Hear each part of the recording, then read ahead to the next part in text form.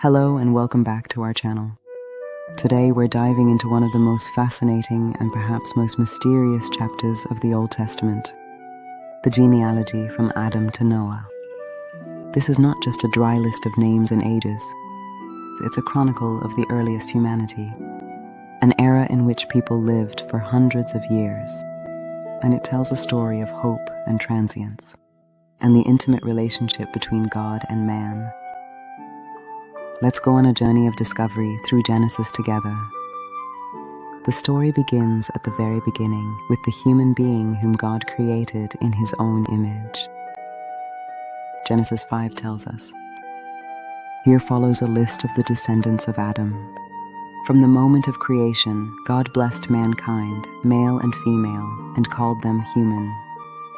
This is the starting point of our entire human history. Adam, the forefather of us all, was 130 years old when he had a son, Seth, who turned out to be his spitting image. This is an important detail. After the painful events surrounding Cain and Abel, we see here a new line, a continuation of Adam's image, and thus also a reflection of the image of God. After the birth of Seth, Adam lived an incredible 800 more years. Can you imagine that? A life that stretches over nearly a millennium. During that time, he had many more sons and daughters. Eventually, after a life of 930 years, Adam died. The first human, the first to live, and the first to experience the consequences of mortality. The line of hope is continued through Seth. He was 105 years old when his son Enos was born. Like his father, Seth lived an exceptionally long life, another 807 years after the birth of Enos. He too had a large family. Imagine the world in those days, with generations living side by side, where grandparents saw their great-great-grandchildren grow up. Seth eventually lived to be 912 years old. And then we read those inevitable words again. Then he died, this repetition. And then he died is a constant refrain in this chapter, a powerful reminder of the reality of death in the world. The next in line is Enos. At the age of 90, he became the father of Kenan. After that, he lived another 815 years. Enos reached the age of 905 years. And yes, he too died. What we see is a pattern, a long period of life. Having children and continuing the lineage, followed by the inevitable end. Next comes Kenan.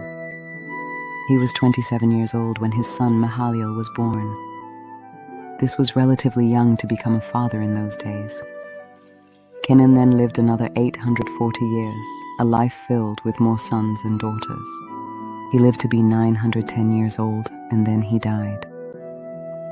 Generation after generation, we see this cycle repeat itself. Mahalalel, the son of Kenan, was 65 when he had his son Jared. He then lived another 830 years, and died at the age of 885. We are approaching 1,000 years, but no one quite reaches it. Now we come to Jared.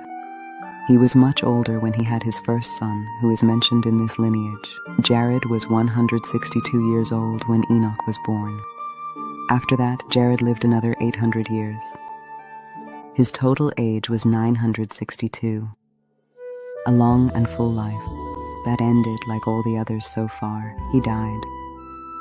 But then, right in the middle of this rhythm of life and death, something completely unexpected happens.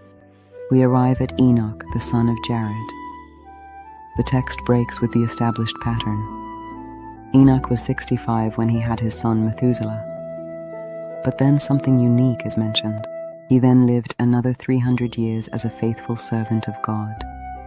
The focus shifts from the length of his life to its quality, his walk with God. And then comes the most remarkable sentence in the entire chapter. And when he was 365 years old, he disappeared. God had taken him from the earth. Enoch did not die. He was taken away by God.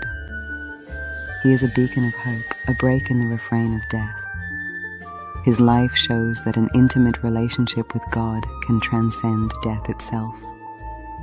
He lived a relatively short life, only 365 years. But his life had an eternal impact.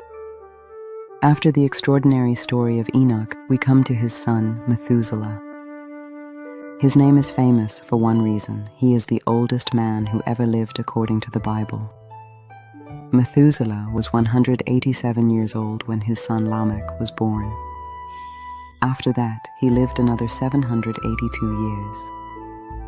Add that together, and you get the incredible age of 961 years, so close to 1,000, but just not quite. And despite his record-breaking age, his story ends the same way as most before him. Then he died. Even the longest life on earth comes to an end. The next in line is Lamech, the son of Methuselah. He was 182 years old when he had a son. But at the birth of this son, Lamech speaks prophetic words, full of longing and hope. He named his son Noah, which means comfort.